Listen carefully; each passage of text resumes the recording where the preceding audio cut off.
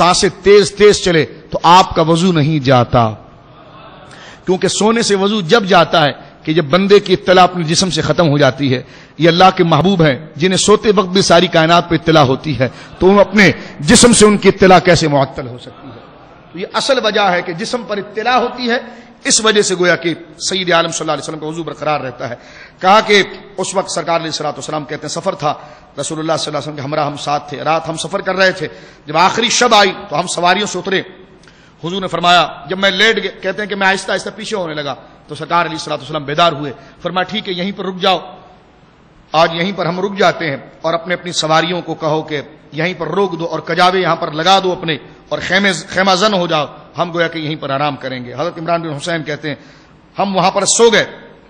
اب مختصر یہ ذکر کرتے ہیں کہ سو گئے. سرکار علیہ الصلوۃ والسلام نے حضرت بلال کو یہ کہا تھا، سید عالم صلی اللہ علیہ وسلم نے حضرت بلال 14 حضرت بلال سے یہ حضور علیہ الصلوۃ والسلام نے کہا تھا کہ بلال تم کجاوے کو ٹیک لگا کر فجر کو دیکھو، اور فجر جب تمہیں نظر آ جائے تو تم اذان دے کر سب کو اٹھا دینا. لیکن صحابی کہتے ہیں کہ جیسے ہم سوئے تو سب سوئی گئے حتیٰ کہ دھوپ نکل آئی. رات کے وقت سو گئے، دھوپ سامنے نکل آئی. کہتے ہیں جب دھوپ نکل آئی اور جب کہتے ہیں کہ سب سے پہلے سیدنا صدیق اکبر رضی اللہ تعالیٰ عنہ کی آنکھ کھلی ہے، اور حضور علیہ الصلوۃ والسلام کے پاس جب سیدنا صدیق اکبر بیدار ہوئے، کہتے کہ ہماری عادت تھی کہ حضور علیہ الصلوۃ والسلام کو اس وقت تک ہم بیدار نہیں کرتے جب تک سرکار علیہ الصلوۃ والسلام خود بیدار نہ ہو جاتے. کہتے ہیں سیدنا فاروق اعظم رضی اللہ تعالی عنہ وارضاہ عنہ کو سیدنا صدیق اکبر نے کہا کہ تم جاؤ اور حضور علیہ الصلوۃ والسلام کے قریب جا کر بیداری کے جو ظاہری علامات ہیں وہ کرو. کہتے ہیں کہ حضرت عمر قریب گئے اور اللہ اکبر کہنا شروع کیا.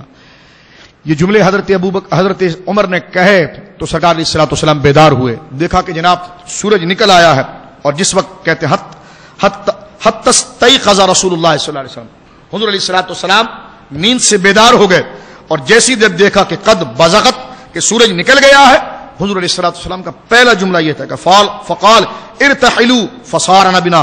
حضور نے فرمایا بس اٹھو اٹھو اپنی سواریاں کسو، ہم نے اس جگہ پر نہیں رکنا ہے، ہم نے اس جگہ پر نہیں رکنا ہے. کہتے ہیں کہ بس یہ کہہ کر حضور علیہ الصلوۃ والسلام نے کہا کہ یہاں سے روانہ ہو جاؤ. یہاں تک کہ جب دھوپ پوری پھیل گئی تو ہم نے ہمارے ساتھ صبح کی نماز حضور علیہ الصلوۃ والسلام وہاں سے نکلے اور آگے چل کر سرکار علیہ الصلوۃ والسلام نے گویا کہ نماز ادا کی.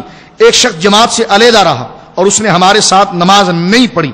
جب آپ نماز سے فارغ ہوئے تو آپ نے اس سے پوچھا کہ تم نے ہمارے ساتھ نماز کیوں نہیں پڑھی؟ اس نے عرض کی یا رسول اللہ مجھے جنابت لاحق ہو گئی تھی. رسول کریم صلی اللہ علیہ وسلم نے اس کو پاک مٹی سے تیمم کرنے کا حکم دیا. اس نے تیمم کر کے نماز پڑھ لی. پھر آپ نے چند سواروں کے ساتھ مجھے پانی کی تلاش میں بھیجا. حضرت عمران کہتے ہیں کہ مجھے حضور علیہ الصلوۃ والسلام نے چند سواروں کے ساتھ کہا کہ تم جاؤ اور پانی تلاش کرو. کہتے ہیں کہ اس وقت ہمیں بڑی شدید پیاس لگی ہوئی تھی. ہم گویا کہ روانہ ہوئے، دور نکل گئے. دیکھتے ہیں کہ جناب دور دور تک نہ بندہ نہ بندے کی ذات ہے. کہتے ہیں کہ اچانک ہمیں ایک عورت نظر آئی.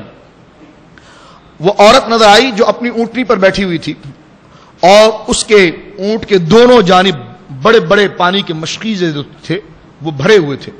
کہتے ہم نے اس عورت کو پکڑ لیا اور اس سے کہا یہ پانی ہمیں دے دو. اس نے کہا کہ دیکھو پانی بہت دور ہے، میں نے ایک بہت لمبا سفر یہاں سے طے کیا ہے، اور اس وقت جو ہے کہ وہ سفر میں نے طے کر لیا ہے اور یقیناً تم وہاں تک نہیں پہنچ سکتے، اور میں اپنے بچوں کے لیے پانی لے جا رہی ہوں. صحابہ نے کہا کہ ٹھیک ہے اگر تم یہ ساری گزارش ہمارے نبی کی بارگاہ میں رکھ دو، اور اگر ہمارے نبی کریم صلی اللہ علیہ وسلم ان تمام باتوں کو گویا کہ قبول فرما رہے اور تمہیں رخصت دے دے تو تم جا سکتی ہو. اس خاتون کو لے کر سید عالم صلی اللہ علیہ وسلم کی بارگاہ میں صحابہ کرام علیہ رضوان حاضر ہوئے. اس خاتون کی سارے جو مذاکرات ہوئے تھے، جو مذاکرہ ہوا تھا، وہ سید عالم صلی اللہ علیہ وسلم کی بارگاہ میں عرض کیا گیا. آقا علیہ الصلوۃ والسلام نے فرمایا کہ اس عورت سے یہ بات کہو کہ اگر تیرے مشکیزے کا منہ کھول کر ہم تھوڑا سے پانی لے لیں، ہم بھی اس سے فائدہ اٹھا لیں اور تیرے مشکیزے سے ایک قطرہ پانی کم نہ ہو، تو تجھے کوئی اختلاف تو نہیں؟ کل حدیث ام معبد میں نے آپ کے سامنے پڑھا تھا جو دودھ کے حوالے سے تھا.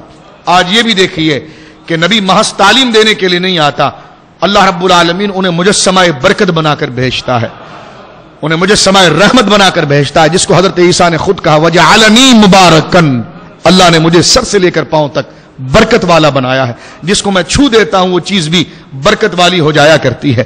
حضرت گرامی جب یہ چیز سامنے ہو گئی تو سید عالم صلی اللہ علیہ وسلم نے کہا کہ اس سے پوچھو کہ اگر اس کے مشکیزے سے کوئی چیز کم ہو جائے تو کیا اس کو کوئی انکار تو نہیں ہوگا؟ اور یہ ناراض تو نہیں ہو جائے گی؟ اس عورت نے کہا کہ یہ کیسے ہو سکتا ہے کہ آپ مشکیزے کا منہ کھولیں اور پانی نکال لیں اور پانی میں کم بھی نہ ہو؟ سرکار نے فرمایا جو ہم تم سے وعدہ کر رہے ہیں کیا تم اس پر بات مانتی ہو؟ تو یہ خود کہتی ہے کہ میرا دل کہتا تھا کہ اتنے روشن چہرے والا شخص غلط بیانی نہیں کر سکتا۔ وہ خود کہتی ہیں کہ جب میں ان کے لباس کو دیکھتی تھی تو مجھے لگتا تھا کہ عجیب بات ہے، جادوگر لوگ تو نہیں ہیں، لیکن کہتی ہے کہ جب میں سید عالم صلی اللہ علیہ وسلم کے چہرے کو دیکھتی والضحیٰ واللیل اذا سجا تو میرا دل کہتا ہے کہ جادوگر کا چہرہ ایسا نہیں ہو سکتا ہے، مجنوں کا چہرہ ایسا نہیں ہو سکتا ہے۔ یہ یقیناً بہت معزز شخصیت ہے جو حضرت سراقہ بھی کہتے تھے جب ایمان نہ لائے تھے، کہتے جب میں حضور علیہ الصلوۃ والسلام کی باس پہنچا تھا اور حضور علیہ الصلوۃ والسلام نے جب مجھے رقعہ لکھ کر دیا تھا کہ جا میں نے تجھے معاف کر دیا، اور اس وقت حضور نے میری کلائی پکڑ کر کئی سال پہلے کی خبر دے دی، کیف بک یا سراقہ اذا صورت بالسوار الکسرا، اے سراقہ وہ وقت یاد رکھنا کہ جب تیرے انہی ہاتھوں کے اندر کسرا کے کنگن آئیں گے۔ سراقہ کہتے ہیں یہ تو ہجرت کی بات تھی، آقا تو تنہا تھے، کس کو پتا تھا؟ لیکن کہتے جب میں نے آقا کے چہرے کو دیکھا تو میں سمجھ گیا کہ یقیناً یہ نبی ہی کا چہرہ ہو سکتا ہے، یہ کسی جادوگر کا چہرہ نہیں ہو سکتا ہے۔ کہتے ہیں واقعی میں جب حضور علیہ الصلوۃ والسلام فتح مکہ میں آئے اور میں وہ رقعہ لے کر حضور کی بارگاہ میں پہنچا تو کہتے ہیں صحابہ مجھے روکتے تھے، یہاں تک کہ حضرت عمر نے مجھے تلوار چبائی، کہا پیچھے ہو جا، آگے نہ جانا، لیکن میرے چہرے کی ندامت کو دیکھ کر ان کو بھی رحم آیا، کہا آنے دو۔ کہتے جب میں قریب آیا، روایت میں آتا ہے کہتے ہیں سرکار علیہ الصلوۃ والسلام اونٹنی پر جلوگر ہو کر مکے کی تمام وادی کا مشاہدہ کر رہے تھے، کہتے ہیں کہ میرا سر حضور کے قدمین شریفین پر لگ رہا تھا، آپ کے قدم پاک پر لگ رہا تھا۔ سرکار نے میری طرف توجہ کر کے کہا کہ جب سرکار نے میری طرف دیکھا تو میں نے رقعہ اٹھایا کارڈ دکھانے کے لیے کہ حضور آج اس وقت تو ایک گویا کہ سفر کی بات تھی جب آپ تنہا تھے، آج تو ساری گویا کہ مکہ کی زمین کے حاکم آپ بن گئے ہیں۔ تو کہنے لگے کہ حضور یہ دیکھیے آپ نے مجھے امان دی تھی، سرکار نے فرمایا اس کی ضرورت نہیں ہے، تو میرا بھائی ہے، چھوڑ دے۔ اور حضور علیہ الصلوۃ والسلام نے مجھے وہ پوشاک پہنایا جو حضور کی خدمت میں کسی بادشاہ کی جانب سے بھیجا گیا تھا، اور وہ کہتے ہیں کہ اسی وقت حضور کا اخلاق دیکھ کر اور سید عالم صلی اللہ علیہ وسلم کی یہ شفقت و کریمانہ ادا کو دیکھ کر میں نے کہا اشہد ان لا الہ الا اللہ وحدہ واشہد انک رسول اللہ، میں گواہی دیتا ہوں کہ واقعی میں خدا کے سوا کوئی معبود نہیں، اور میرے سامنے جو عظیم شخصیت جلوگر ہیں یہ اللہ کے رسول ہی ہیں۔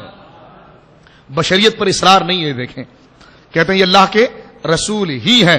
اور یقین فاروق اعظم صحابہ کا نظریہ بھی تو دیکھیں نا،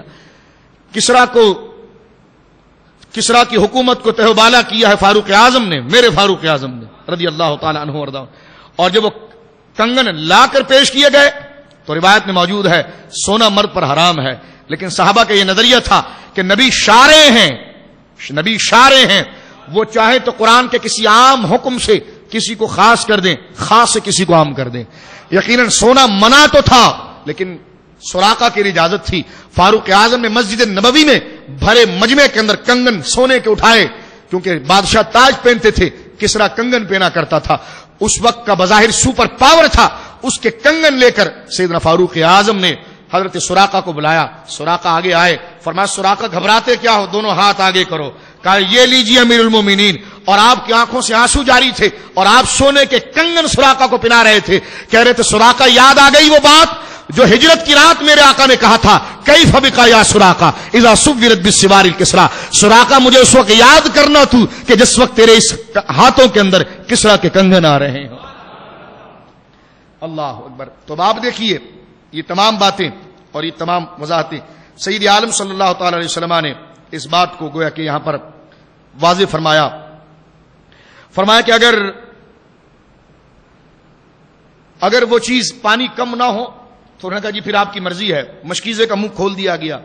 روایت میں آتا ہے کہ سید عالم صلی اللہ علیہ وسلم نے اسی مشکیزے میں کلی فرمائی، پانی لیا اور منہ میں گھمایا، پانی لیا اور منہ میں گھمایا، گھما کر اس دہن پاک میں گھمایا جس زبان پر خدا کا کلام چلتا ہے، بلکہ یوں کہا جائے تو غلط نہیں کہ جس منہ سے خدا بولتا ہے،